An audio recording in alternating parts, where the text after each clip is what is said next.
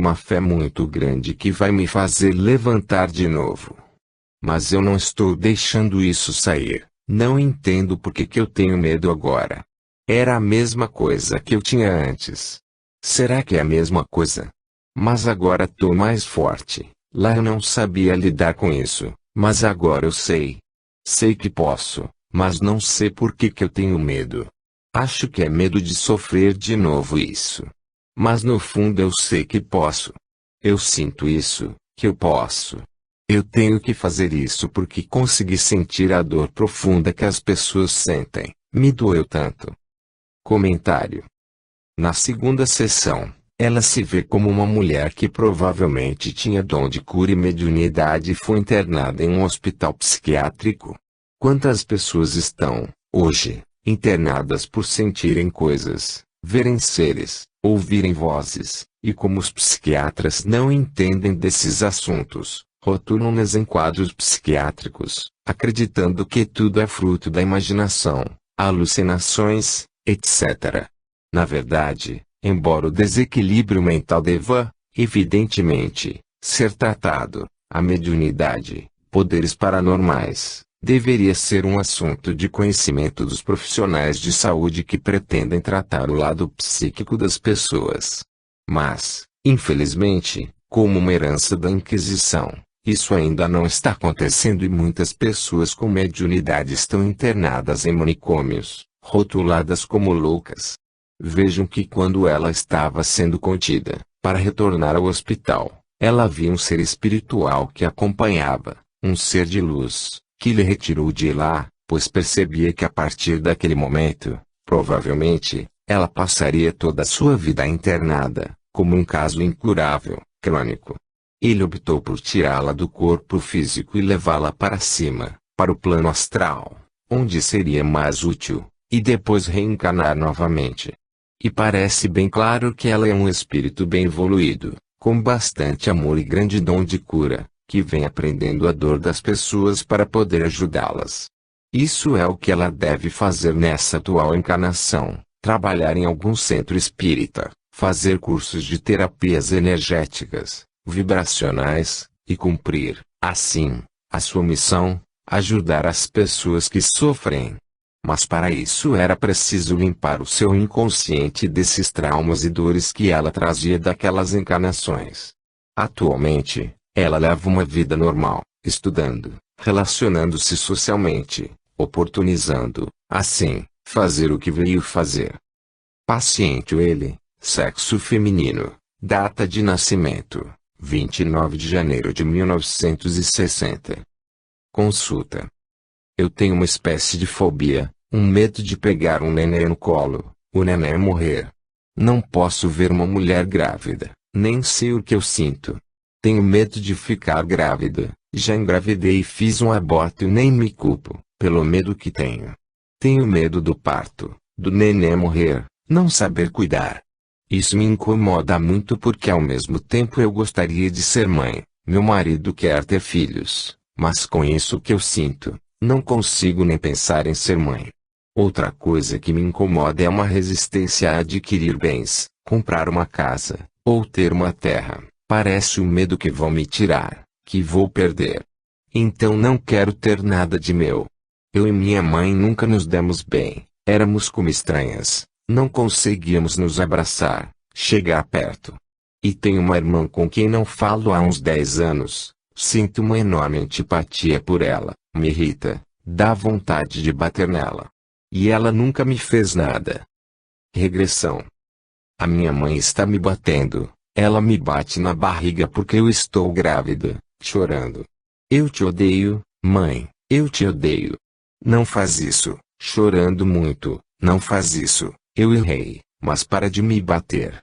Ela é tão ruim, o meu filho vai morrer, ela é ruim, que mulher ruim, a minha irmã também é ruim, o meu pai nunca tá em casa, o que eu faço? Ela diz que vai me deserdar, chorando, que tem vergonha. Mas eu quero ir embora mesmo. Eu quero ver meu pai. Ele é bom. Ele vai me ajudar. Mas onde é que ele tá? Mentirosas. Eu odeio elas. Eu odeio. Eu vou matar as duas. Eu mato as duas. Muita raiva. Meu pai tá sempre viajando, sempre fora. Minha mãe é ruim, ela é muito ruim, chorando. Diz que envergonhei a família, aí, que tem vergonha, vou embora, mas os dias não passam, eu odeio aquelas duas. Aí, que medo, elas dizem que vão ficar com meu filho e me mandar embora daqui. O meu irmão vai me ajudar, é o meu marido, atual, ele vai embora comigo. Mas vou ir pra onde? Eu te odeio. Gritando, eu odeio aquelas duas, vou matar as duas. Meu pai, eu quero meu pai, onde ele tá? Onde ele tá? Ele não volta, eu vou matar as duas, chorando. Aí, meu filho vai nascer e elas vão me roubar ele. Suspira, elas levaram o meu nenê, eu odeio elas, elas vão me mandar embora pra bem longe, mas um dia eu vou voltar e vou matar as duas. O meu nenê ficou pra trás, família, filho, perdi o que era meu, agora eu tô aqui, nesse lugar horrível, frio, esse monte de freiras cuidando de mim, trancado aqui, vivendo de lembranças, um dia vou encontrar as duas. Tenho medo, acho que é uma guerra, é uma guerra. E o meu nenê, chorando, e o meu pai, suspira. E depois? O tempo vai passando. O que acontece? Aí, muito tempo passou e a minha dor não passa. Depois que passar a guerra eu vou voltar lá. Eu quero ver meu nenê, chorando. Continua. Cheguei lá, mas a minha casa tá abandonada. Me disseram que eles morreram. Meu pai, minha mãe, não tenho mais nada. A nossa casa toda destruída. Eu vou ficar aqui, chorando. Vou morrer aqui. Sinto tanta dor, solidão. Eu quero meu nenê. Eu queria matar as duas e elas morreram. Mas eu tinha um irmão. Cadê meu irmão? Eu não quero mais viver. Quero morrer. Eu tô com frio. Tô com fome. Chorando. Sim, continua. Eu fico nessa casa. Na casa que eu nasci. Tá toda quebrada. Toda estragada. Caída. É um casarão enorme. Perdi tudo. Não tenho nada. Eu fico ali. Arrumo o quartinho. Fico ali com as minhas lembranças. As minhas tristezas. Alguns vizinhos me dão comida. Passo fome. Passo frio. Todos acham que eu sou uma bruxa. Atiram pedra na casa. Eu não faço nada. Sou uma velha. De cabelos brancos. Uma roupa velha. Eu viro uma bruxa mesmo. Bem ruim. Eu fiz muita maldade. Eu queria matar as criancinhas. Batia nelas. Queria furar os olhos delas. Chorando. Não sei o que aconteceu comigo. Eu ameaçava pegar as crianças. Maltratar. Ameaçava bater nelas. Sinto muita tristeza, muita dor.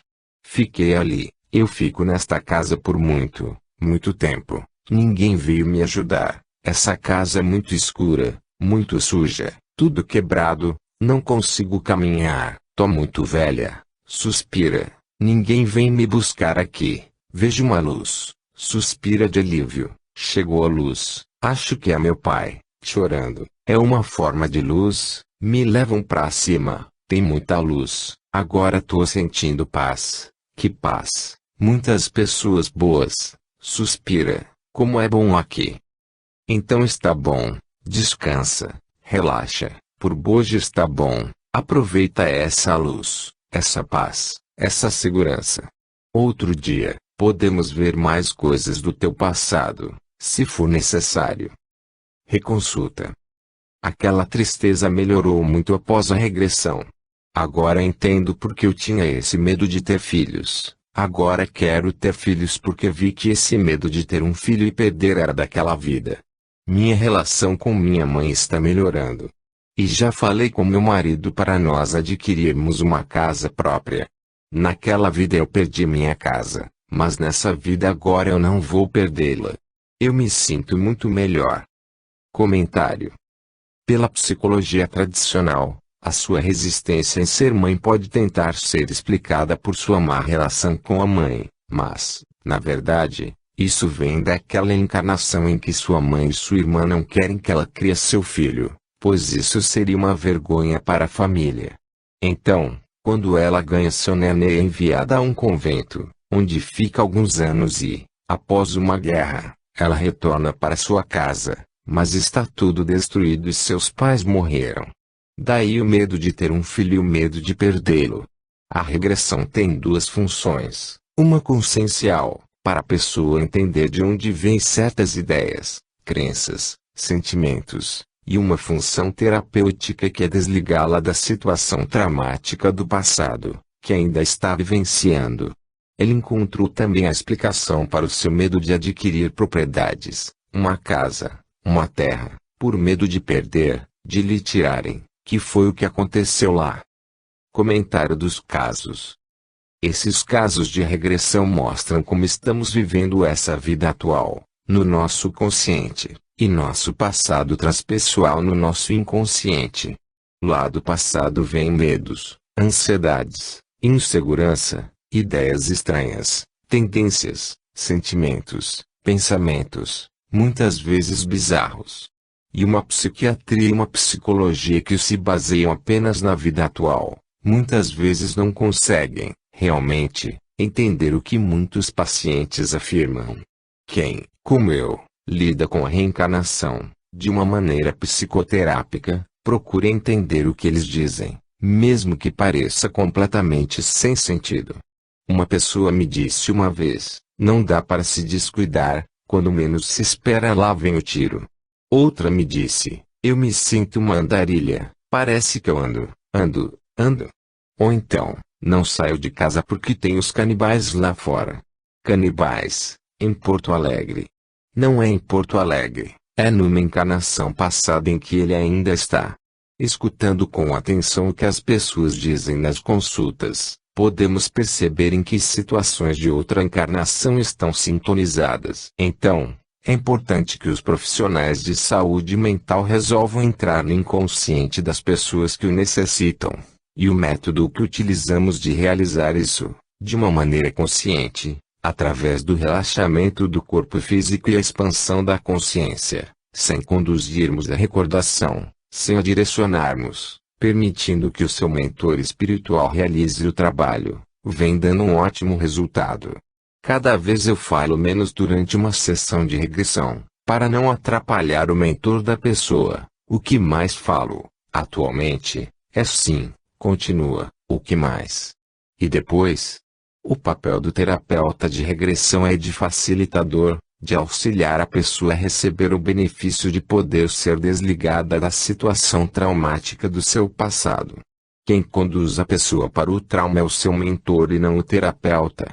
Esse deve ter paciência, não acelerar a regressão, deixar ir acontecendo, não ficar interferindo. E, de alguns anos para cá, estamos fazendo com que a pessoa relembre desde a situação traumática em que está sintonizado até a sua subida para o astral, até afirmar estar sentindo-se muito bem. Onde termina a sessão de regressão, a pessoa fica sintonizada, então não devemos deixá-la logo após o final da situação traumática, porque, provavelmente, ainda estará sentindo o medo, a tristeza, a raiva, etc. O ideal é pedir que continue relembrando aquela encarnação até o desencarne, até subir para a luz, até tudo ter, realmente, passado. Se após morrer seu corpo físico ficar ainda aqui na Terra, devemos continuar a sessão até o fim, se for para o umbral, idem. Isso é uma regressão completa, que vem dando bons resultados. A maioria dos terapeutas de regressão apenas desligam a pessoa da situação traumática do passado, sem fazerem-na recordar até seu desencarne naquela encarnação, até subir para a luz, até afirmarem estarem sentindo-se muito bem. Peço a esses profissionais que experimentem fazer uma regressão completa, pois dá melhores resultados. As ressonâncias das encarnações passadas, a seu tempo, serão estudadas pela psiquiatria e pela psicologia e explicarão muitos dos quadros rotulados rapidamente como esquizofrenia, paranoia, delírios. Devemos acreditar no que a pessoa diz, pois aquilo que ela fala, pensa e sente, tem uma explicação e uma origem. Anotar os sintomas, enquadrá-los num código de doenças e administrar medicamentos químicos para a doença nominada é uma atitude superficial, imediatista, que vem promovendo a cronificação dos quadros mentais. Venho realizando regressões em pessoas com esses rótulos e, frequentemente, tenho encontrado em seu passado transpessoal a origem do pânico, das fobias, da raiva, da tristeza, das ideias persecutórias. E com o desligamento daquele passado e ação curativa das essências florais, dos medicamentos homeopáticos e o tratamento desobsessivo em centro espírita, tenho visto muitas pessoas melhorarem e algumas estão curadas. Os medicamentos químicos que vem tomando são mantidos até começar a melhora e aí, gradativamente, são retirados. É uma nova psiquiatria e uma nova psicologia, alinhadas ao século XXI, à disposição de todos os profissionais que queiram conhecer essa expansão. Hipóteses etiológicas da esquizofrenia. Uma pesquisa bibliográfica de autores famosos, psiquiatras de renome internacional, revela que a causa da esquizofrenia ainda é desconhecida. Várias hipóteses disputam a preferência, mas, até hoje, nenhuma delas é conclusiva e tem aceitação unânime do meio científico médico. Joseph Flirt, Robert Shannon e John Davis, professores de psiquiatria da University of Illinois, USA, autores do livro Psiquiatria, Diagnóstico e Tratamento, edição de 1990, afirmam: o curso mais comum da esquizofrenia é crônico, de exacerbações agudas, com crescente disfunção residual entre os episódios. Alguns pacientes recuperam-se completamente e alguns melhoram bem, com um bom tratamento de acompanhamento e medicação de manutenção. Contudo, 2/3 dos pacientes serão, cronicamente, prejudicados, social e comportamentalmente, exibindo os assim chamados sintomas esquizofrênicos residuais ou negativos: diminuição na ambição, iniciativa, energia e responsabilidade emocional, autossustento pobre e competência profissional em declínio. 1/3 restante ficará incapacitado pelos sintomas, cronicamente, ativos e necessitará de hospitalizações frequentes ou a longo prazo. De lá para cá, com os antipsicóticos mais modernos, esse quadro está melhor, mas é cura. Harold Kaplan e Benjamin Sadok, americanos, professores de psiquiatria em Nova York, referência para todos os psiquiatras mundiais, autores de vários livros sobre psiquiatria e psicofarmacologia, afirmam: a esquizofrenia é um transtorno crônico de causas desconhecidas. Nenhum fator etiológico isolado é considerado como causador. O modelo de estresse de Ates é usado com maior frequência, segundo o qual a pessoa que desenvolve esquizofrenia tem uma vulnerabilidade biológica específica ao diátese que, ativada pelo estresse, leva a sintomas esquizofrênicos. Acredita-se que os sintomas esquizofrênicos resultam, em parte, de uma atividade dopaminérgica aumentada. Os medicamentos antipsicóticos ligam-se aos receptores de dopamina e causam diminuições funcionais de sua atividade, o que melhora os sintomas.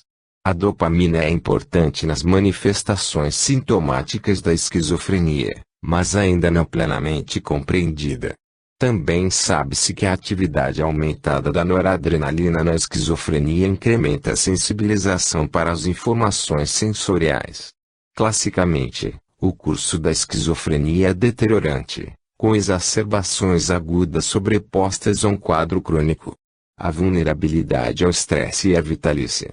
Os sintomas psicóticos positivos mais exuberantes, tais como delírios bizarros e alucinações, tendem a diminuir de intensidade com a medicação, enquanto os sintomas negativos mais residuais, tais como má higiene, resposta emocional aplainada e várias estranhezas de comportamento, podem aumentar.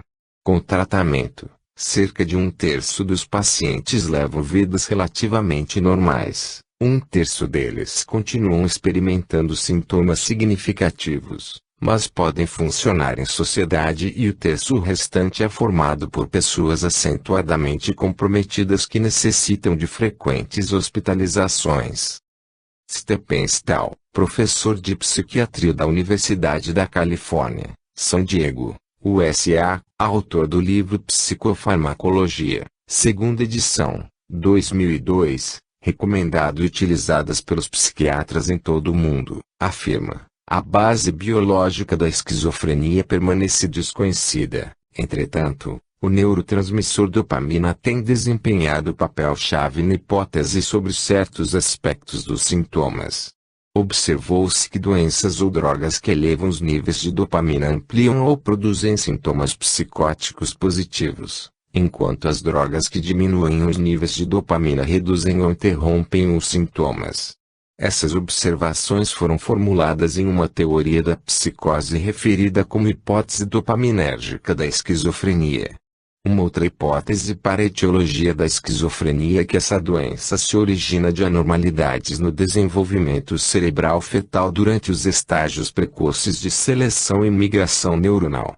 Foi observado que a esquizofrenia é mais frequente nas pessoas com história fetal de complicações obstétricas, como infecção viral, inanição, processos autoimunes e outros problemas na gestação. Os cientistas vêm tentando há muito tempo identificar genes anormais na esquizofrenia, ou seja, encontrar-se uma base genética para essa doença, mas já está claro que ela não é devida a uma anormalidade única em locus relevante do DNA, sendo mais provável que anormalidades genéticas múltiplas contribuam para a vulnerabilidade à esquizofrenia e outras doenças psicóticas. Talvez apenas quando outros fatores ambientais críticos também estejam presentes. Comentário: na bibliografia oficial, em nenhum momento, os autores citam, entre as hipóteses etiológicas da esquizofrenia, as ressonâncias de nossas encarnações passadas, os traumas de outras vidas, ativos em nosso inconsciente, e a ação prejudicial de espíritos obsessores. Por que assim? Porque nossa psiquiatria estabeleceu-se num meio social que não falava da reencarnação e dividiu esse assunto em científico e religioso. Por isso, a nossa ciência materialista não lida, ainda, com essas questões que estou colocando neste livro, considerando-as assuntos religiosos.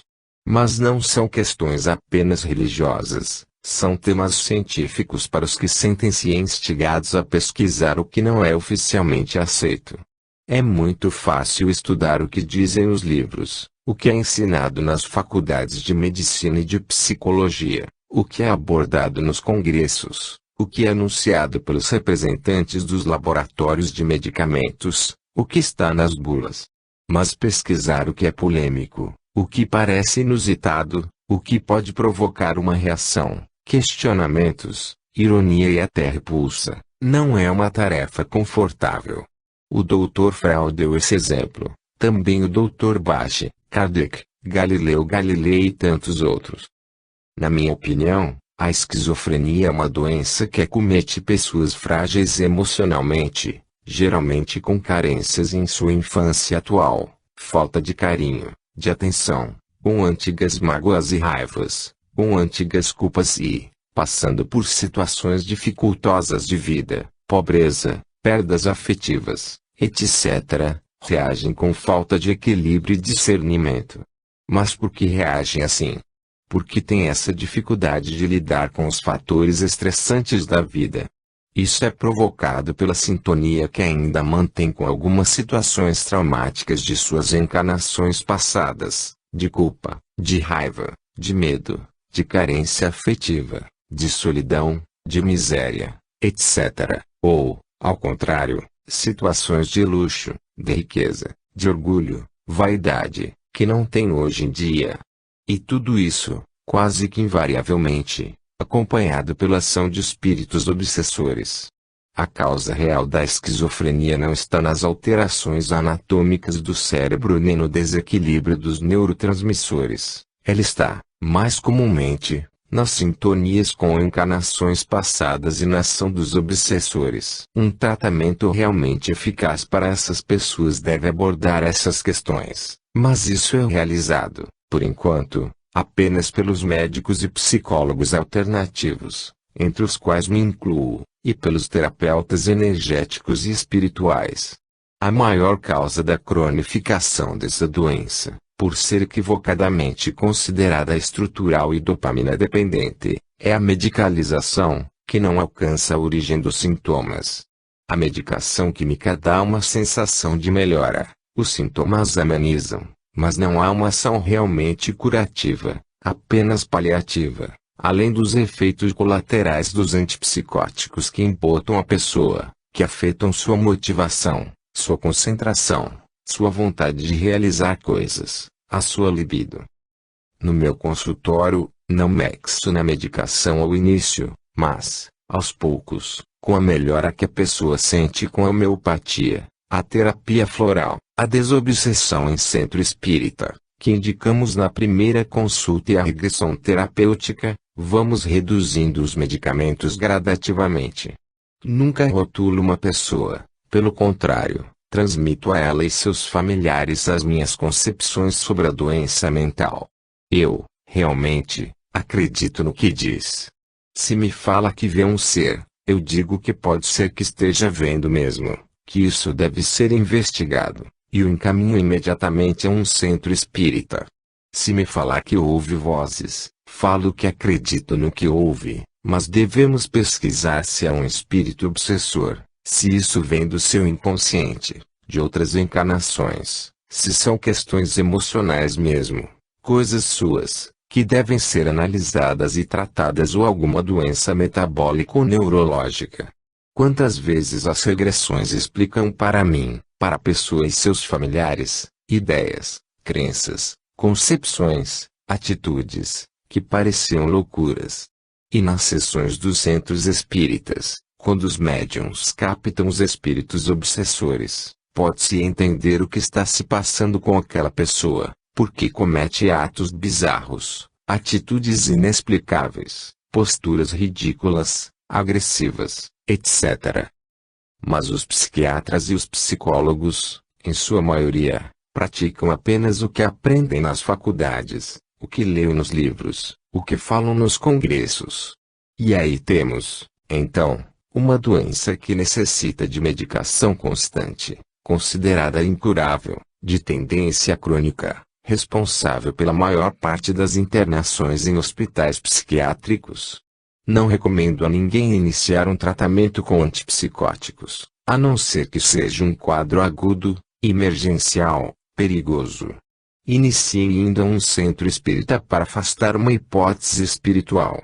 Depois, um tratamento com medicamentos e procedimentos energéticos para os pensamentos e os sentimentos e regressão, se necessário. Iniciando assim, é mais provável uma solução. Alucinações, visão oficial. Segundo a psiquiatria, ocorre uma alucinação quando o paciente percebe um estímulo que não existe. As alucinações são analisadas pela medicina como a projeção dos impulsos e das experiências interiores, em termos de imagens perceptuais, para o mundo externo, uma forma primitiva de adaptação em que um material muito importante da vida interior do esquizofrênico toma vividez das alucinações, em que o material inconsciente e as tendências mal adaptadas criam percepções sensoriais, simbolizadas, em resposta a necessidades e problemas psicológicos. Por exemplo, os desejos repudiados e os sentimentos de culpa se projetam em forma de alucinações auditivas que acusam e criticam, e o enfermo, devido a seu ego desorganizado, é incapaz de reconhecer a origem e o significado de suas alucinações, e então crê na autenticidade dessas imagens projetadas, as aceita e reage de acordo com o que aceitou como realidade. Ele não consegue distinguir entre as experiências objetivas e as subjetivas, do que resulta a sua tendência a alterar a realidade com alucinações e ideias delirantes. Segundo essa concepção, as percepções auditivas visam proporcionar consolo, companhia, conselhos, juízos e até satisfação sexual. Os pacientes podem identificar essas percepções alucinatórias como a representação das vozes de pessoas importantes em sua vida, progenitores, parentes ou amigos, e tais vozes servir como substituto a estas pessoas. Portanto, os componentes acusatórios e afetuosos representam, ao mesmo tempo, os elementos reais e os elementos da relação pessoal que se perdeu. As percepções alucinatórias são classificadas em visuais, auditivas, táteis, olfatórias, gustativas ou sinestésicas e são consideradas, quase sempre, como sintomáticas de um processo patológico. As alucinações auditivas são consideradas as mais típicas dos pacientes com doenças psiquiátricas.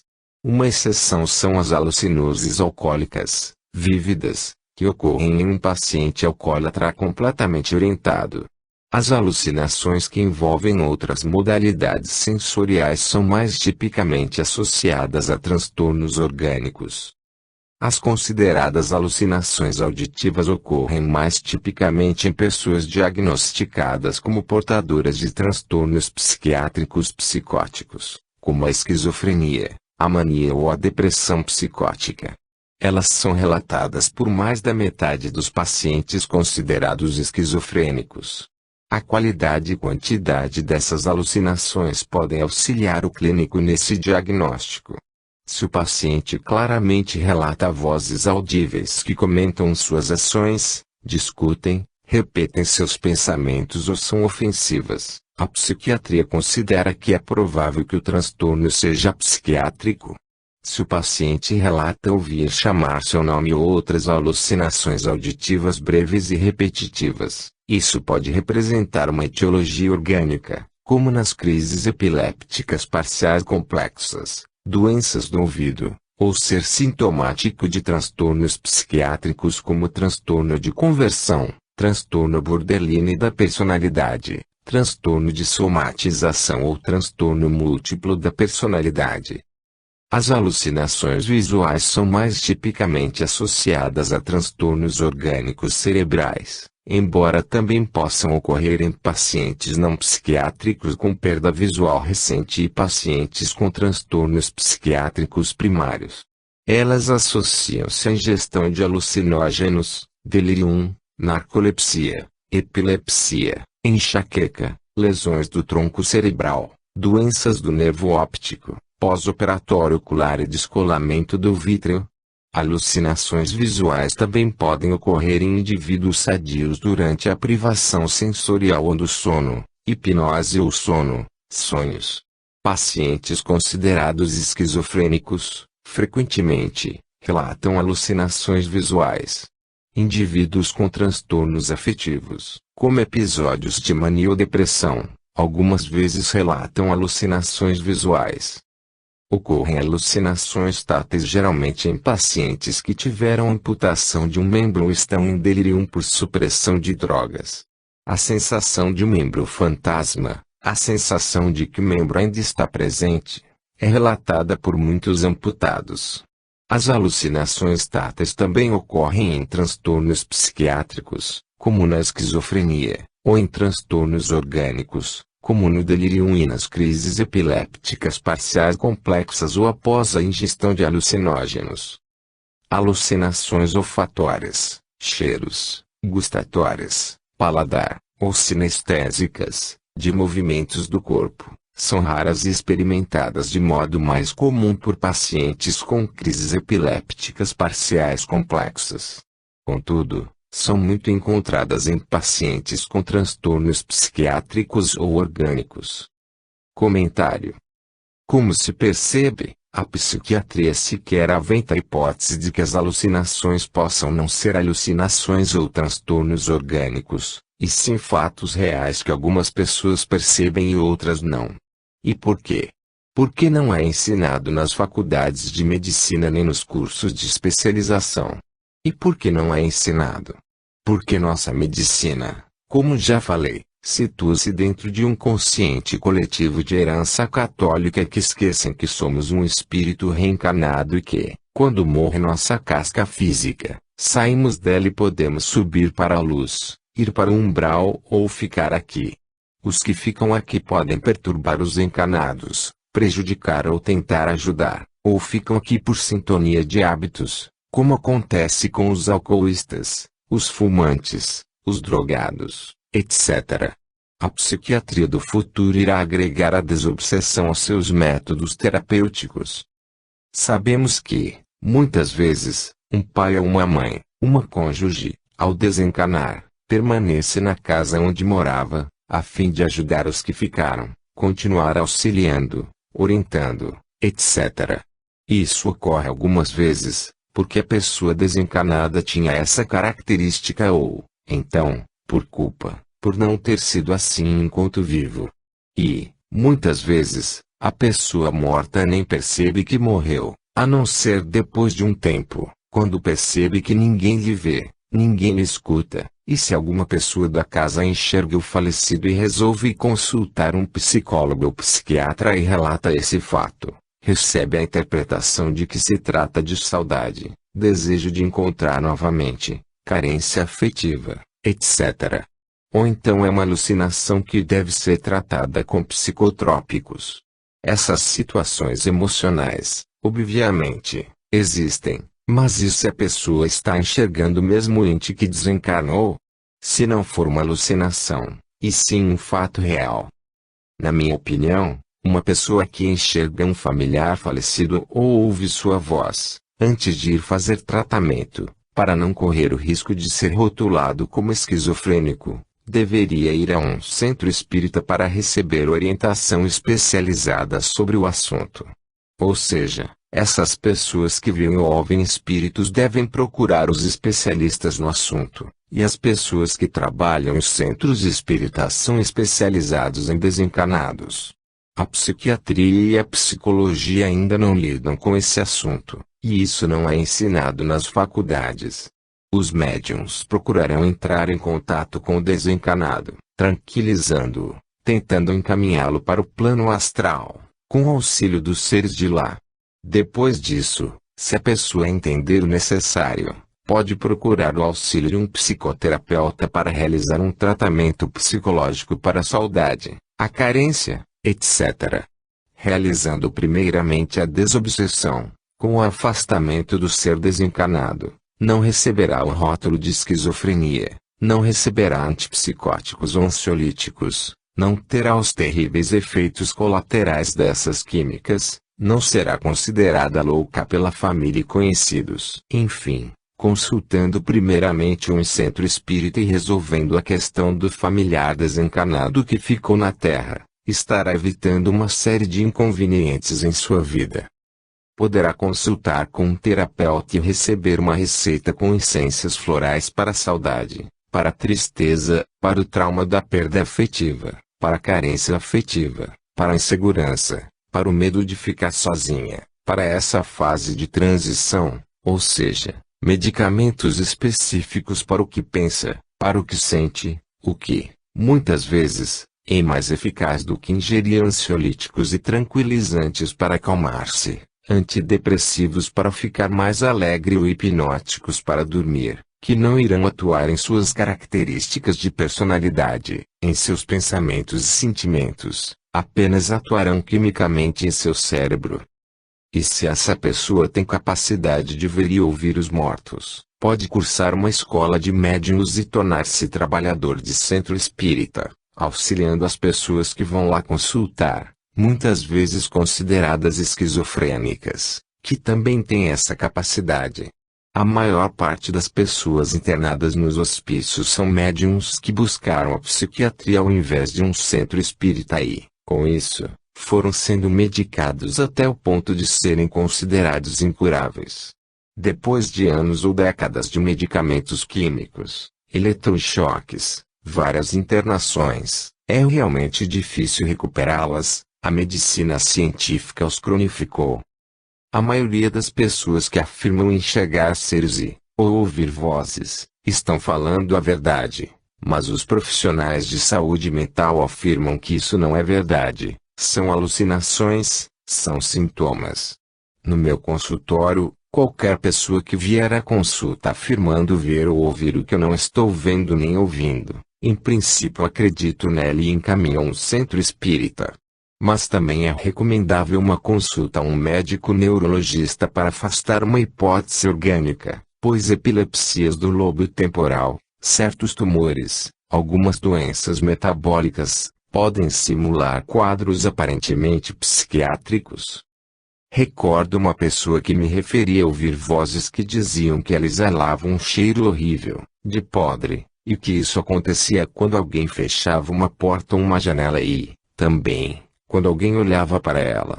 Isso havia iniciado há uns 15 anos e nos diversos psiquiatras com quem consultou, o diagnóstico foi sempre o mesmo: esquizofrenia.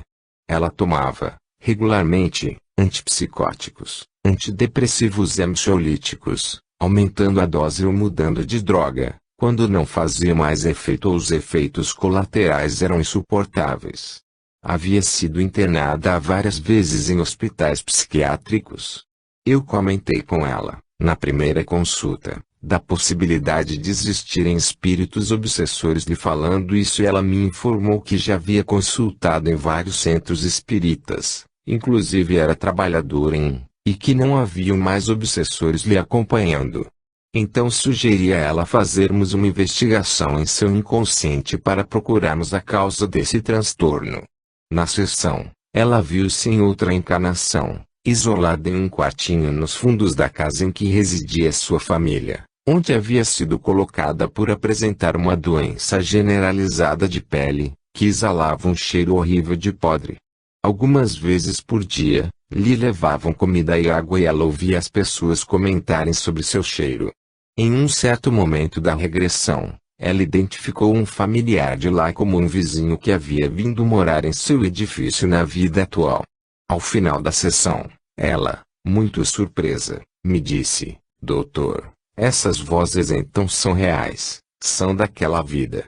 Então eu não sou esquizofrênica, essas vozes existem mesmo." Concordei com ela, lhe explicando que ela estava ainda sintonizada com aquela situação traumática da outra encarnação, de maneira que, às vezes, ela fazia uma regressão espontânea para aquele quartinho, sentia-se lá, e ouvia as vozes das pessoas comentando sobre o cheiro que exalava. Indaguei-lhes sobre aquela pessoa que havia identificado e que residia em seu edifício, hoje em dia. Ela me disse que ele havia ido morar lá há uns 15 anos. Foi quando começou sua esquizofrenia. O que aconteceu? Quando seu inconsciente reconheceu aquela pessoa, reforçou sua sintonia com aquela situação e, a partir daí, ela passou a viver em duas encarnações simultaneamente, ora estando aqui, ora lá.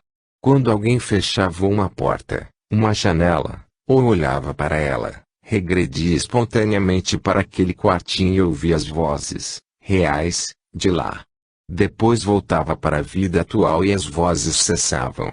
Como, para a psiquiatria, ouvir vozes é um sintoma de esquizofrenia, ela foi assim rotulada, passou a tomar medicamentos, foi internada várias vezes, quando, na realidade, ela estava vivendo, em seu inconsciente, aquela situação traumática, ou seja, ela estava vivendo duas encarnações concomitantemente.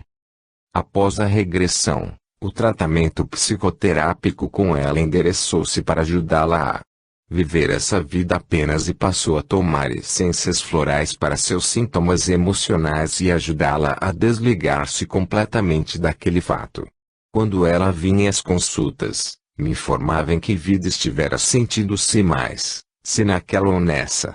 Eu lhe ensinei que quando ela percebesse que estava lá e ouvisse aquelas vozes, dissesse para si mesma: "Estou naquela vida, lá naquele quartinho, ouvindo aquelas vozes, devo voltar para minha vida atual." E assim ela foi fazendo, me informando que cada vez sentia-se menos lá, cada vez ouvia menos aquelas vozes, até que chegou um ponto em que nunca mais ouviu as vozes. E assim, a nossa esquizofrênica curou-se. Se ela tivesse continuado apenas tomando antipsicóticos, sendo internada, seria provavelmente mais um caso incurável, cronificado pela psiquiatria orgânica.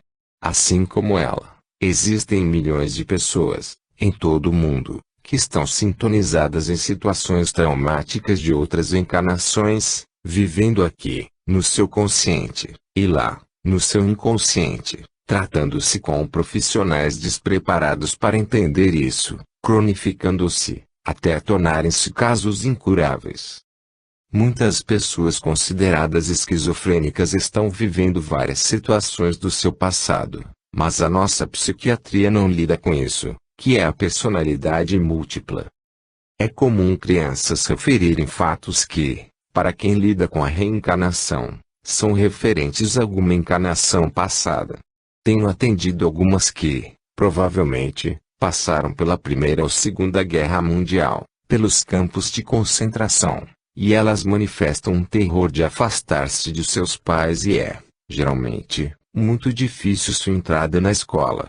Nunca se deve forçar uma criança a entrar na escola se ela refere muito medo. Deve-se pensar que ela pode trazer um trauma de alguma encarnação passada, que aparece numa fobia de lugares fechados, de pessoas desconhecidas, de aviões, de foguetes, etc. Os pais de crianças com esse problema devem ler os livros espíritas para entender desses assuntos. Os psicólogos e psiquiatras que cuidam de crianças também devem fazer isso. Forçar uma criança a enfrentar uma situação que ela sente muito medo é agravar seu trauma inconsciente, é criar um futuro adulto fóbico. Outra questão que quero comentar é sobre os sonhos.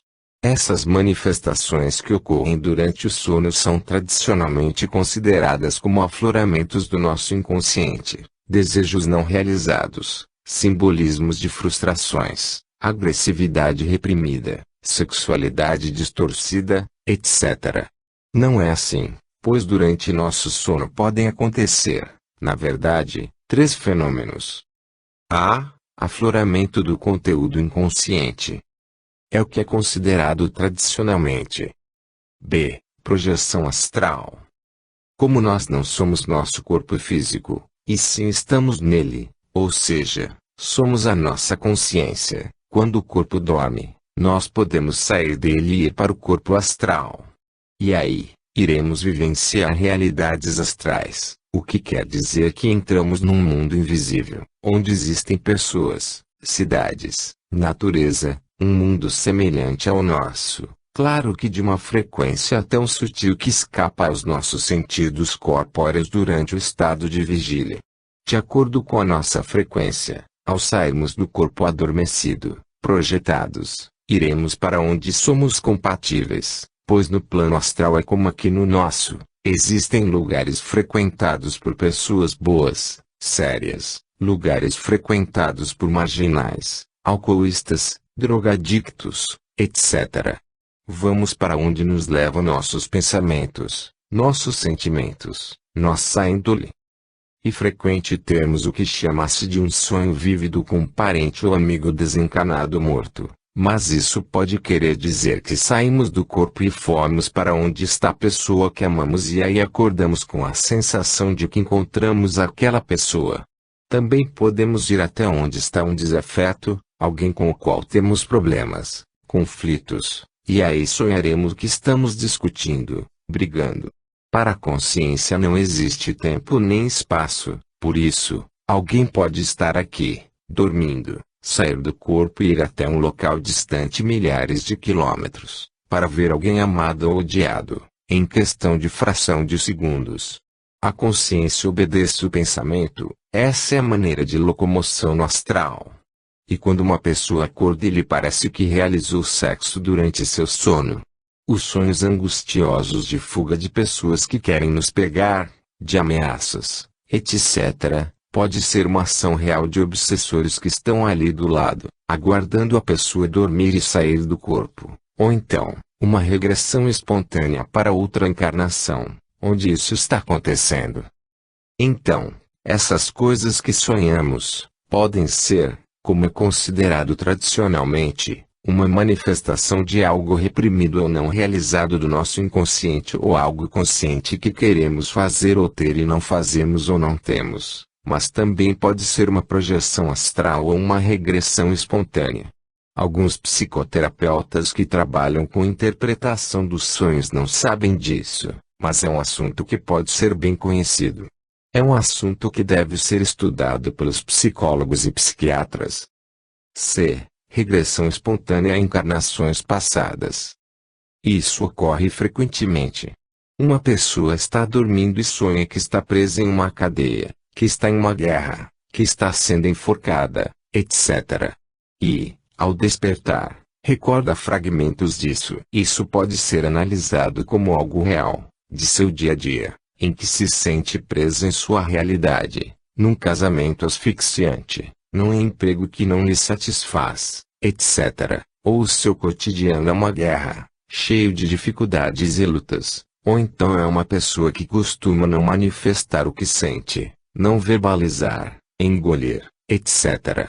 Pode ser isso, sim, mas também podem ser fatos reais, incursões que realiza em seu inconsciente, regredindo a fatos traumáticos de encarnações passadas, que lá estão, como se ainda estivessem acontecendo. E aí, uma análise psicoterapêutica disso, à luz do seu cotidiano atual, pode ser um tempo gasto em vão, pois se não forem dados atuais, e sim de séculos atrás, o tratamento deve ser realizado em nível inconsciente, como fazemos com a regressão, para desligar a pessoa de lá. O nosso presente é muito influenciado e, às vezes, até determinado, pelo nosso passado de milhares de anos. E então, por exemplo, quem esteve preso em uma cadeia em uma encarnação passada, costuma ter um grande desconforto em lugares fechados, não gosta de viajar de ônibus, avião, podendo, em certos casos, manifestar-se como uma fobia. Os antidepressivos e os ansiolíticos químicos, usualmente receitados e que dão alívio, não podem curar esses transtornos. Isso pode ser alcançado retornando a esses fatos, relembrar que aquilo é passado, que já não estão mais presos naquela cadeia ou algum outro lugar fechado, inclusive o caixão quando da morte em uma vida passada. Muitas vezes, uma pessoa morre e não sai do corpo físico, e fica bastante tempo dentro do caixão, imóvel, apático ou em pânico, até que, um dia, percebe que pode sair de lá ou alguém do astral vem lhe buscar. Essa é uma das grandes causas da fobia de lugares fechados. Isso que estou falando é o que surge, frequentemente, em sessões de regressão. Às vezes, me perguntam se sonhar com um fato traumático de outra encarnação pode curar uma fobia, um transtorno do pânico, uma depressão. Não cura porque isso não desconecta a pessoa daquele fato, o retorno ocorre ainda durante a situação, a pessoa volta para cá antes do final do fato. Quando o que cura é ver e vivenciar até o final da situação, até tudo ter passado, não estar sentindo-se mais preso nem angustiado, com raiva ou tristeza, etc. Isso é o que fazemos, por isso que, em 2 ou 3 sessões, os casos de fobias e transtorno do pânico podem ser resolvidos ou melhorar de maneira significativa. Mas a regressão deve ser completa, ou seja, fazer a pessoa relembrar desde a situação traumática até o desencarne, até subir ao plano astral, até referir estar sentindo-se muito bem. Levar a pessoa a recordar-se apenas até o final do trauma, como faz a maioria dos terapeutas de regressão em todo o mundo, melhora seu problema atual, mas ela permanece sintonizada no final daquela situação, quando, frequentemente, ainda está com medo, ou sentindo-se sozinha, ou com alguma dor, ou triste, etc. Onde para a regressão, a pessoa fica sintonizada. Por isso, nós ajudamos as pessoas regredidas a recordar até sua subida para o astral, mas não apenas até chegar no astral, mas sim até a referirem estar sentindo-se bem, sem mais nada de sintomas psíquicos ou físicos. Inúmeras vezes ouvimos relatos de chegada no astral ainda com medo, com raiva, com tristeza, com dor, etc. E isso vai passando aos poucos, com atendimento realizado lá ou, simplesmente, pela elevada frequência vibratória do local.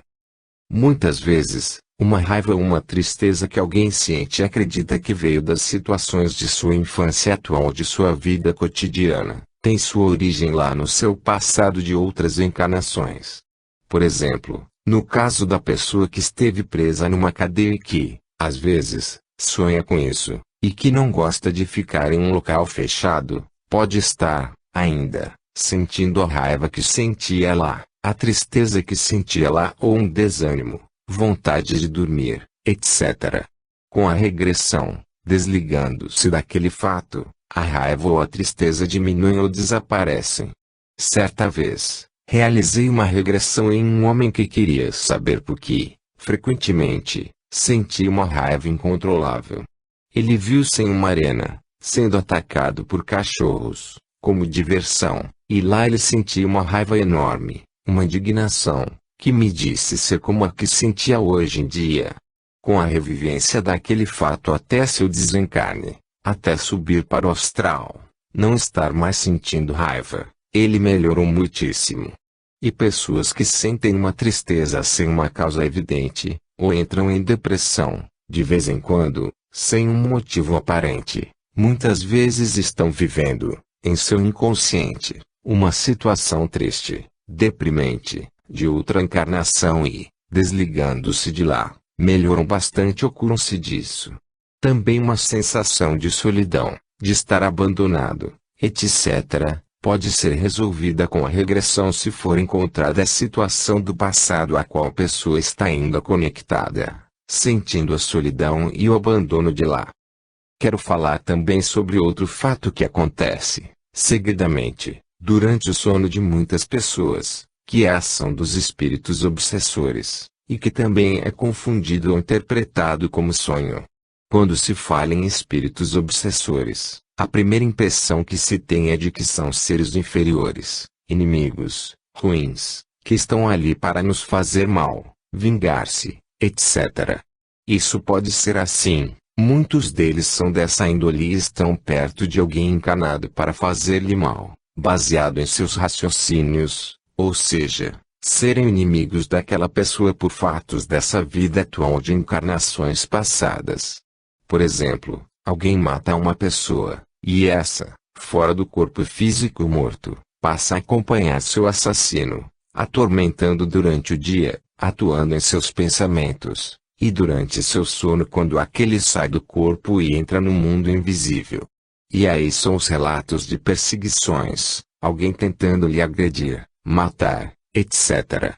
No plano astral, tudo é criado pelo pensamento, pela imaginação, imagem e ação, e, então, se um ser desencarnado quer fazer mal a alguém encarnado, projetado durante o sono, imagina uma faca, por exemplo, e ela aparece. Se consegue atingir outro com essa faca, esse sente como sentimos aqui no corpo físico. A sensação das coisas no astral, quando estamos lá, é tão real quanto a daqui, quando aqui estamos.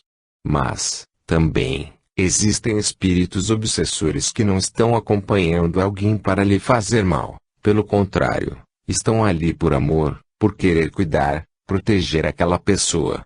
É o exemplo de um pai ou uma mãe que, desencarnado, permanece na casa onde vivia para zelar pelos filhos, pelo cônjuge, etc.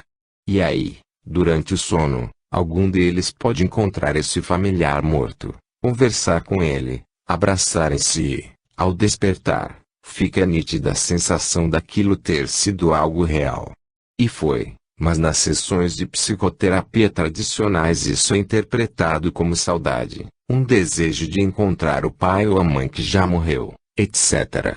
Pode ser isso, claro, mas também pode ter sido um encontro real, não imaginário. Enfim, são muitas as questões que a psicologia e a psiquiatria não levam em consideração, nem sabem que existem, porque ainda vêm sendo considerados assuntos religiosos ou esotéricos e, por isso, desconsiderados ou ridicularizados. E eu, como médico, acreditando em reencarnação, na existência dos espíritos, me sinto no dever de escrever livros, palestrar, ministrar cursos sobre isso, pois é importante, em benefício das pessoas que procuram os representantes dos meios oficiais de cura, que esses profissionais libertem-se das amarras desses dogmas tradicionais, cesseadores, repressores. E uma lástima que tantas pessoas continuem sendo prejudicadas, fisicamente, pelo uso intempestivo de psicotrópicos às vezes desnecessários e, moralmente, pelos rótulos de uma psiquiatria ainda atrelada a proibições religiosas seculares. Todo o avanço tecnológico no estudo do cérebro e seus mecanismos e nos meios diagnósticos não vem sendo acompanhado pelo avanço na mentalidade dos psicólogos e dos psiquiatras, que permanecem ainda com ideias e concepções sobre a etiologia da medicina,